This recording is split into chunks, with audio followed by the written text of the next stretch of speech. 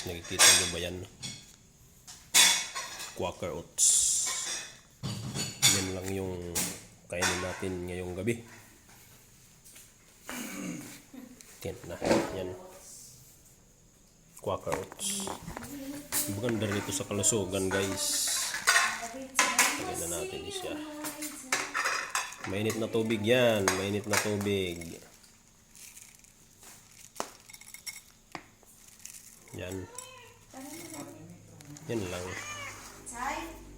Guys. Yan lang yung hindi nga anong karami. Kasi gabi, maganda ito sa tiyan. It's road oats. Pag mainit, Oh, ano yun? medyo ano-anuhin lang natin ng kaunti dyan. Para maano siya. Pero sa bagay, importante maano siya. Pero yung iba pinapakuluan nila ito, pinapakuluan para magmalambot. Pero sa akin, ano ko lang ng mainit na tubig. Yan.